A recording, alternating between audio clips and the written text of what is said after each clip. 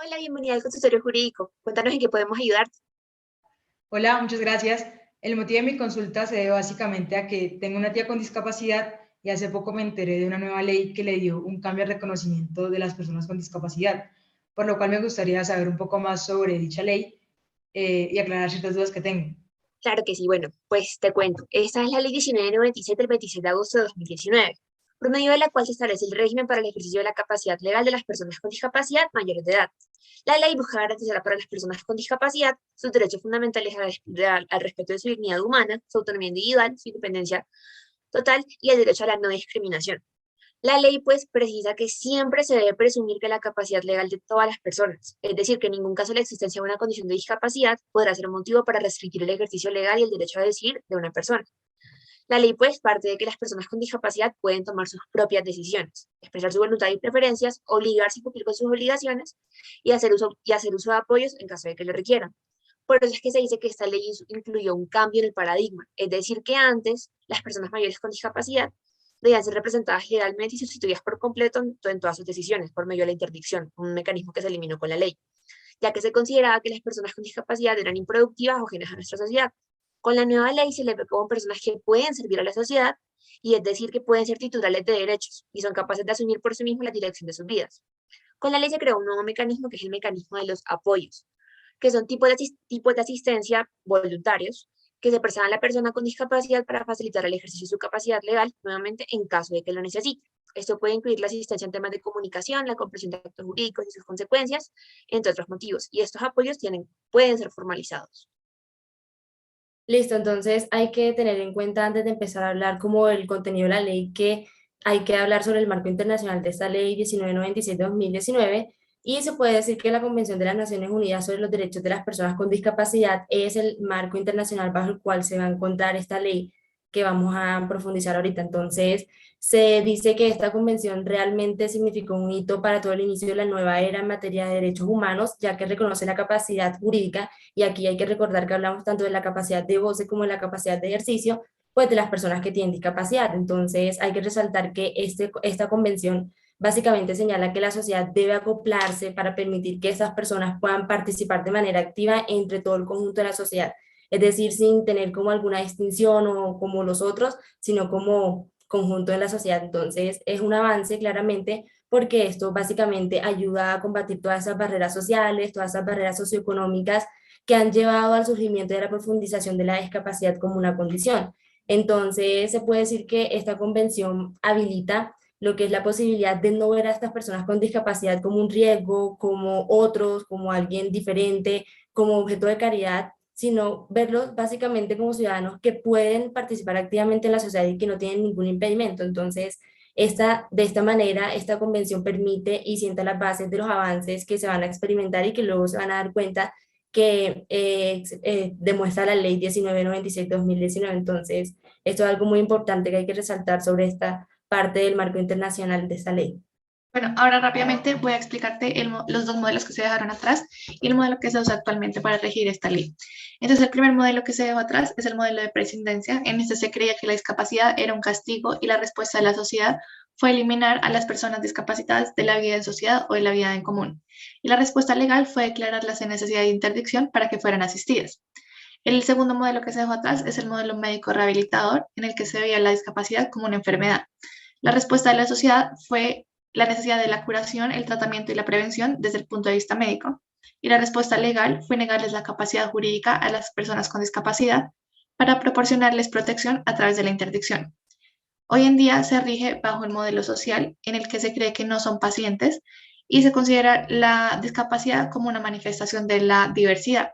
Es necesario garantizarles una vida en comunidad y reconocer su ejercicio de ciudadanía, promoviendo su autonomía al tomar decisiones y proveerles el apoyo si es necesario. También pueden ser titulares y autodeterminarse, y ya que no son improductivos o ajenos al funcionamiento de la sociedad, ni son enfermos, demandantes de atención médica, y son personas que pueden servirles a la sociedad. Y también voy a explicar rápidamente qué pasó con dos leyes anteriores. La ley 361 de 1997 está completamente vigente en su totalidad, pues esta establece los mecanismos de integración social de las personas en discapacidad. La Ley 1306 del 2009. Esta dictó normas para la protección de personas con discapacidad mental, que se derogaron 54 artículos de esta, y establece el régimen de la representación legal de incapaces emancipados, de los cuales están vigentes 64 artículos. Hoy en día, la Ley 1996 del 2019 regula el ejercicio de la capacidad legal, derogó la interdicción y la inhabilitación y dejó vigente la representación de menores de edad, el régimen de guardas para menores y la figura de administración de bienes. Vale, ya tengo un mayor conocimiento de la ley en general, pero específicamente, ¿qué dice esta ley o cuál es su contenido? En un primer momento te decimos que el objetivo de la ley está establecido en su primer artículo y es que se tiene que establecer medidas específicas para la garantía del derecho a la capacidad legal plena de las personas con discapacidad mayores de edad. También tienes que tener en cuenta que se hablan de unos principios que se defienden mediante la Declaración de Derechos para las Personas con Discapacidad, los cuales resaltamos primero el de dignidad, en la cual siempre va a primar en todas las decisiones legales. El segundo es la autonomía, que se puede resumir en la capacidad de las personas de autodeterminarse y también seguir sus propias decisiones, a equivocarse y a ser independientes de la misma. El tercero es la primacía de la voluntad y preferencias de la persona titular del acto jurídico, que son las capacidades para celebrar el acto jurídico que deben corresponder a la voluntad de la persona. El cuarto es la no discriminación, que hablamos en la diferencia del concepto de discapacidad. El quinto es la accesibilidad, a eliminar o identificar obstáculos. Y también tenemos la igualdad de oportunidades y la celeridad de la ley, que son que las personas que solicitan apoyo se les tienen que otorgar para tomar las decisiones judiciales en cualquier momento. También tenemos el artículo 8, de la cual se resalta que todas las personas tienen el derecho a acceder a una representación legal sin importar su condición, y también que se necesitan ajustes razonables para la comunicación y la comprensión de la información, y no tiene por qué desestimar ningún tipo de presunción de la capacidad. Ahora te hablaré sobre los mecanismos de la capacidad legal de las personas con discapacidad mayores de edad. Y pues bueno, te preguntarás cómo una persona con discapacidad puede ejercer su derecho a tomar decisiones y que estas decisiones sean respetadas en la celebración de actos jurídicos. Existen tres tipos de mecanismos: la celebración de un acuerdo de apoyos, otro es solicitando al juez que designe apoyos o suscribiendo una directiva anticipada por apoyo titular sobre los acuerdos. El concepto como tal es que es un mecanismo de acuerdo legal por el cual una persona mayor de edad formaliza la asignación de una persona natural o jurídica para que ésta le asista en la toma de decisiones en algún acto jurídico. Esta se puede pedir ante una notaría o un centro de conciliación. Entonces, ¿cómo se determinan los apoyos? Pues para las personas con discapacidad mayores de edad, en caso de que se requiera. Y pues la naturaleza de los apoyos de la persona pues, que desea utilizar podrá establecerse mediante declaración de voluntad o a través de una valoración de apoyos. Este mecanismo dura alrededor de unos 5 años y pues pasados los cuales se deberá agotar de nuevo alguno de los procedimientos previstos en la ley pues para establecer nuevos apoyos. Esto se reglamenta en el decreto 1429 del 5 de noviembre del 2020. El proceso consiste primero en una audiencia privada y pues el conciliador debe entrevistarse por separado pues con persona titular del acto y se tiene que verificar inequívoca voluntad de formalizar el acuerdo y se debe hacer una constancia expresa de que se realiza esa audiencia. Luego sigue la audiencia de suscripción del acuerdo y por ende pues de la mano en la suscripción, y pues si es ante el notario es por medio de una escritura pública con firma de todos, y si es por medio de una conciliación debe ser una acta con firma de todos. Y ya a la final, pues el acuerdo de apoyo se presenta requisito de valor de validez de los actos jurídicos y pues la persona titular debe utilizarlo para la celebración de actos jurídicos como requisito de validez, y si esta no se utiliza, aplica efecto de nulidad. Y bueno, hay casos importantes como el de determinación y modificación, y pueden ser estos por consenso entre partes, por iniciativa de la persona de apoyo o por titular o por muerte, y se termina de la misma manera en la que se formalizó, y también por si no se llega a suscribir el acuerdo, pues se tiene que dejar constancia las razones pues por las que no se realizó esto. Ahora, al hablar en cuanto a la adjudicación judicial de apoyo, es importante mencionar su definición, la cual es que este es un proceso judicial en donde se presentan apoyos formales hacia una persona que presenta cierta discapacidad y que para el ejercicio de ejercer totalmente su capacidad legal, esta se realiza frente a uno o varios actos jurídicos concretos. Esta se adelanta por medio de este procedimiento de jurisdicción voluntaria ante un juez de familia del domicilio de la persona titular del acto. Esta se divide en criterios y en reglas. Al iniciar vamos a hablar acerca de los criterios, en el cual se debe tener en cuenta la voluntad y las preferencias que tiene el titular. También se debe tener en cuenta la confianza entre el titular y la persona de apoyo. También se podrá adjudicar distintas personas de apoyo para distintos actos jurídicos en el mismo proceso, y la valoración de apoyo se hará de acuerdo a las normas técnicas explicadas previamente. Por último, también se observa que se debe disponer ajustes para la comunicación de información relevante e importante que al mismo tiempo permita satisfacer las necesidades del titular del acto jurídico. Finalmente, en cualquier momento, las personas que pueden solicitar la modificación y la terminación de estos acuerdos de apoyo adjudicados son la persona titular, la persona distinta que haya promovido este proceso de adjudicación judicial y que no demuestre un interés legítimo, también la persona designada como apoyo y el juez de oficio, quien como tal debe notificar a las personas que están presentes en este convenio para saber que se pronuncien al respecto en un plazo de 10 días. Y en caso de no presentarse, el juez tendrá la posición de modificar o terminar la adjudicación de apoyos conforme a la solicitud. Te comento que con respecto a las directivas anticipadas, estas funcionan como una herramienta que procura que cualquier persona mayor de edad con discapacidad pueda expresar su voluntad y preferencias con respecto a cualquier acto jurídico. El artículo 21 menciona que estas decisiones también aplica para cualquier acto que esté encaminado a tener efectos jurídicos. Para la suscripción de estas es necesaria la escritura pública ante notario, y también sería válido el acta de conciliación ante conciliadores extrajudiciales. Se hacen necesarios distintos aspectos para que sean válidas las directivas anticipadas. En el documento se debe incluir la ciudad y fecha de expedición del documento, la identificación de la persona titular del acto jurídico, en caso de estar siendo realizado con personas de apoyo, debe incluirse también sus identificaciones, la manifestación de voluntad de la persona titular del acto jurídico, la firma de la persona titular del acto jurídico y la firma de la persona o personas de apoyo designadas para las directivas anticipadas.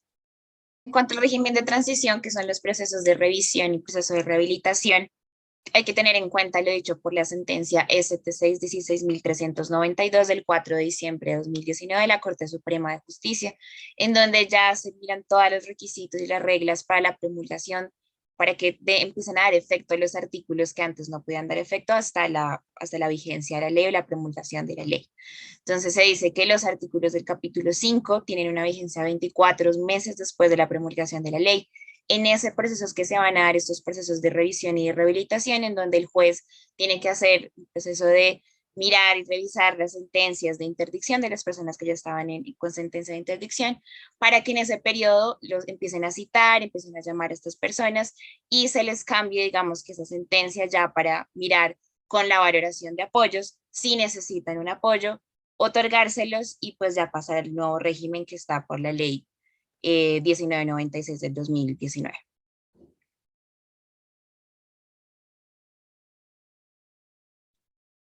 Adicionalmente, es importante entender el nuevo decreto que regula el tema de la valoración de apoyos.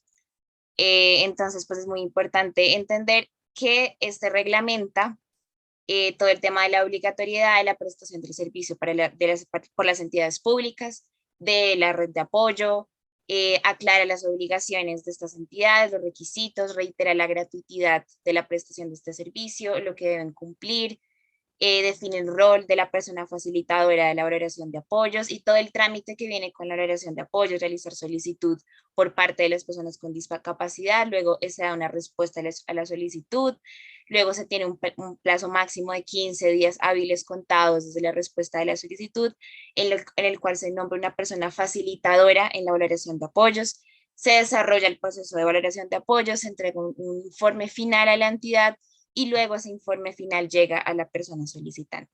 Bueno, ahora finalmente como conclusión, es posible observar que dentro de la presente ley hay importantes aspectos que permiten la garantía de principios como el respeto a la dignidad humana, como la autonomía individual, la libertad de tomar decisiones por sí mismo, la independencia, y también es muy considerable la manera en que se progresa en los términos de la no discriminación. Es importante recalcar que estos son principios marcados de forma contundente en el desarrollo de la presente ley.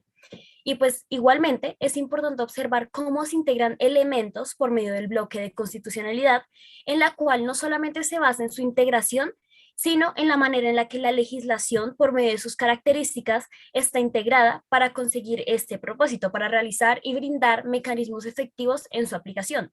Y esto por medio de conceptos claros y modelos sociales que se imparten en el desarrollo de la misma, los cuales están enfocados hacia la voluntad y las preferencias por parte del titular del acto jurídico.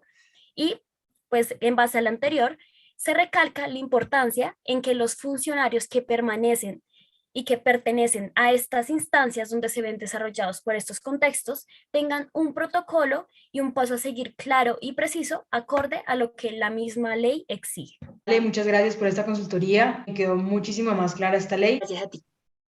Gracias a ti.